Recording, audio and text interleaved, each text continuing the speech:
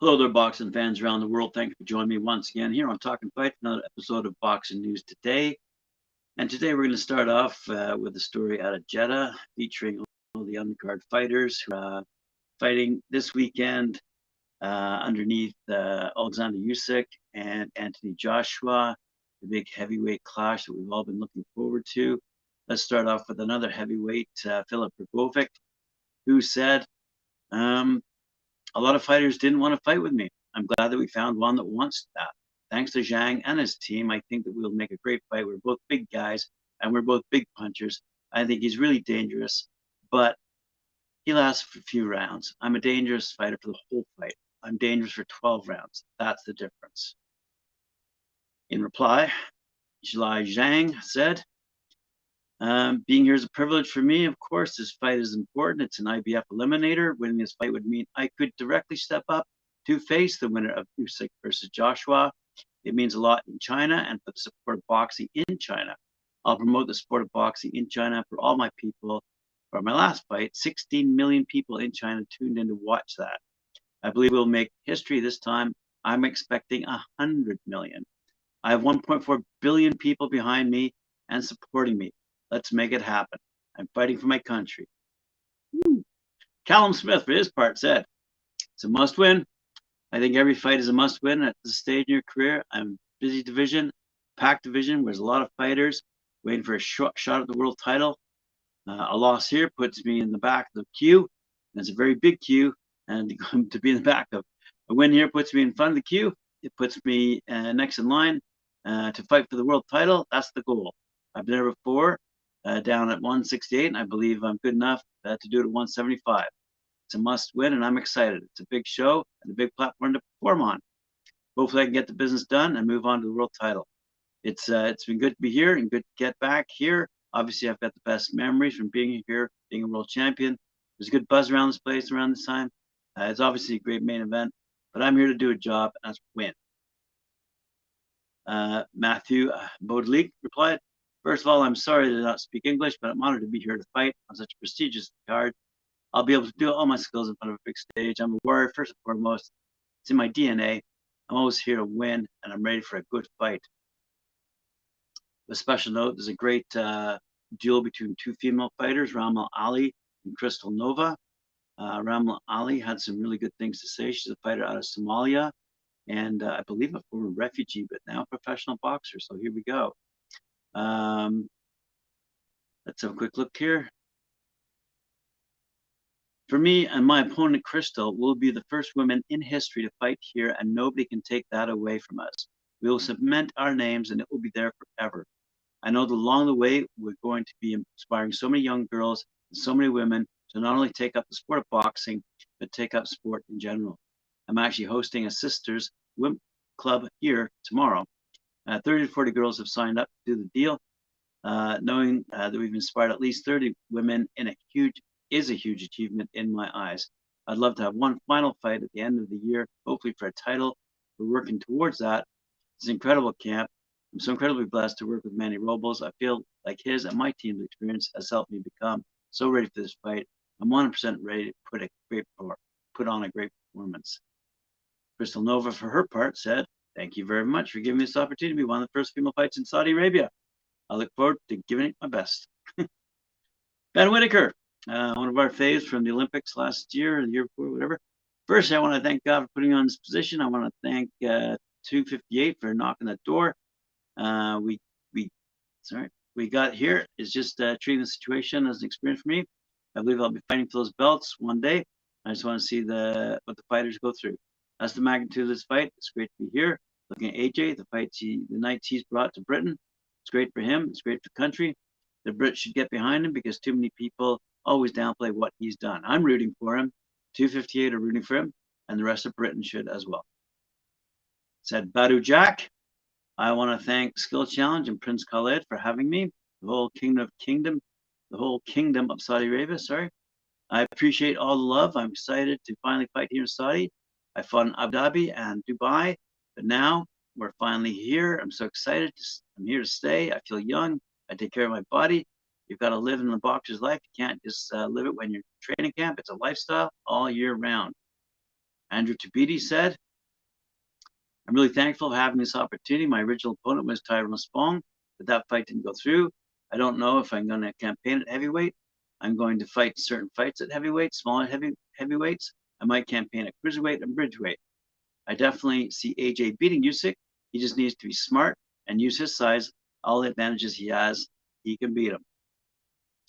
Zayed Al-Mahfouz said, it's a huge honor and pleasure to be here.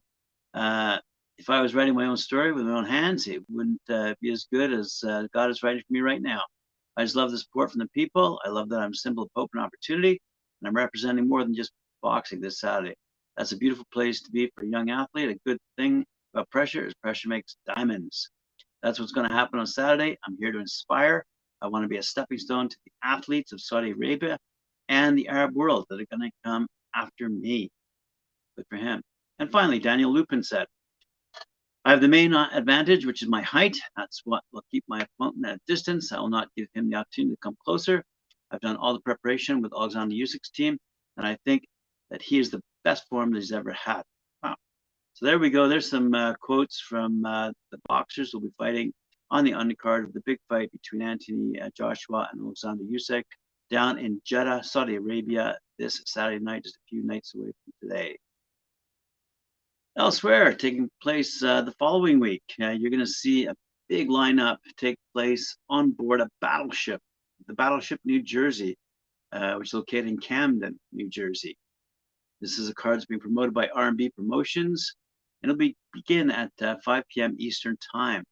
In the 6-round main event, undefeated welterweight Tamir Smalls out of Philadelphia would take on Joel Guevara.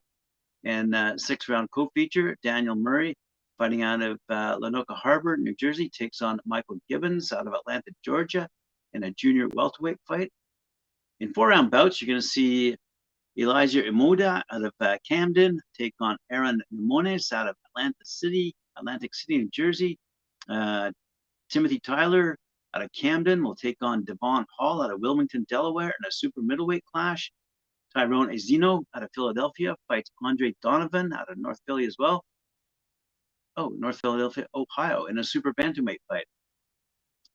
In a battle of debuting junior middleweights, Anthony Dill out of Hatboro, Pennsylvania takes on Ramses Brown out of Belmar, New Jersey.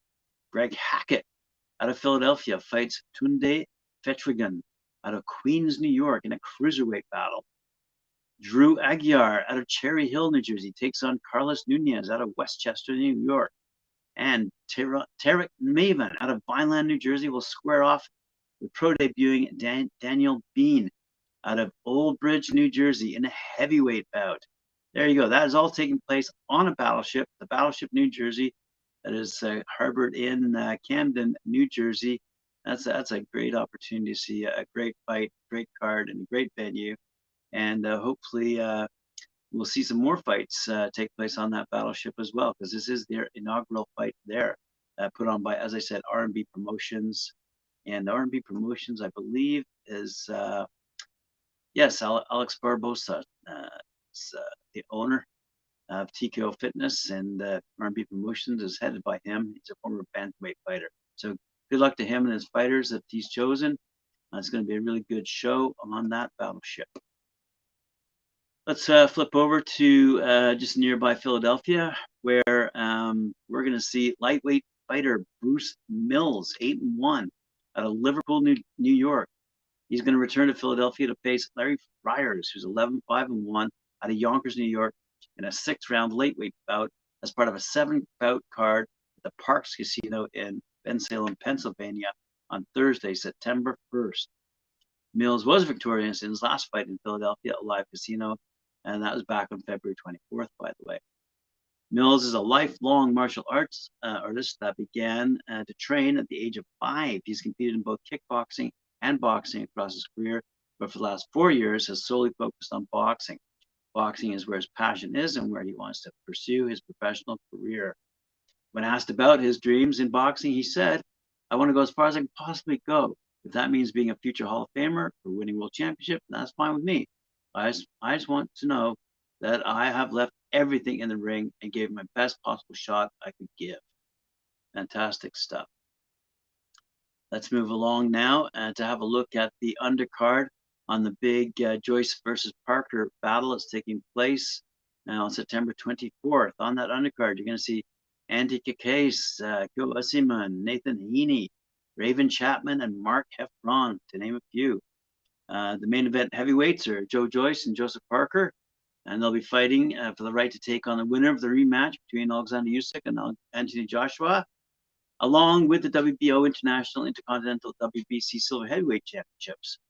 Plus, Amanda Serrano will be bidding to win 4 world title belts at featherweight when the Puerto Rican superstar battles with unbeaten Dane Sarah Mahfoud.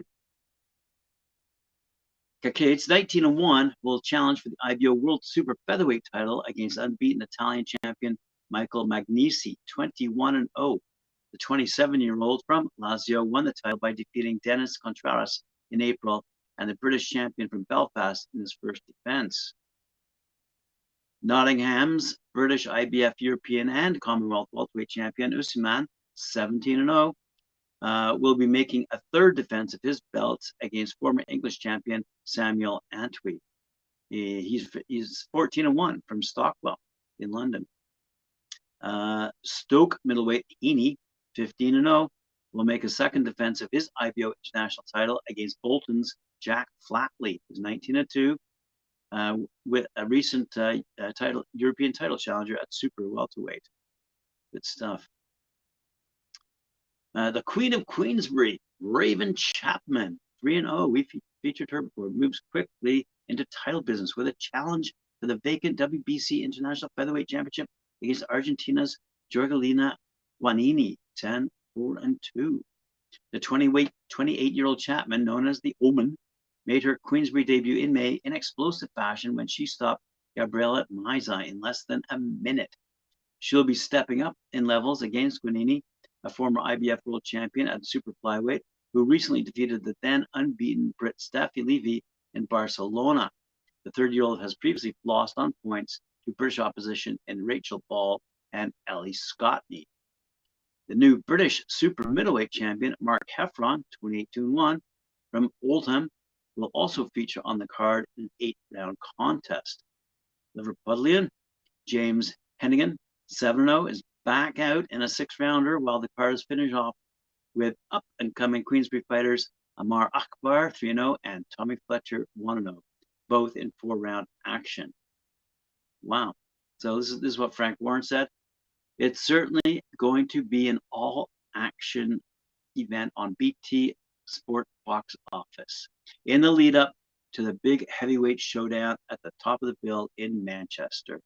I'm thrilled to deliver a major fight for Anthony Cacase after his obvious disappointment over missing out at Wembley Stadium in April, and winning this title against an unbeaten champion will put him in such a strong position in the super featherweight division.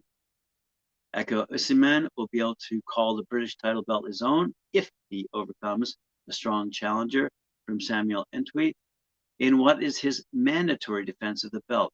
The impressive Ikao will quickly be able to move on to European and world honors if he can do the business at the AO Arena. Good stuff. And he has this to say about Chapman, by the way. Our current First Lady, Raven Chapman, really looked the part on her Queensbury debut in May when her opponent was blitzed in just 58 seconds. It showed us that Raven is ready for a step up, and former world champion Jorgelina Guanini will provide a stern test of her credentials with a WBC title on the line. Good stuff. That whole entire bout, by the way, is called Nowhere to Run. And we're all looking forward to that clash of Joe Joyce and Joseph Parker on the 24th of September at the AO Arena in Manchester. We hope you are too. And I thank you for joining me here on Talk and Fight for another episode of Boxing News Today. Remember to like, share, subscribe, hit that notification bell, and I'll see you later on at 4 p.m. Eastern Time for Knuckle Up with Mike Orr and Cedric Benn.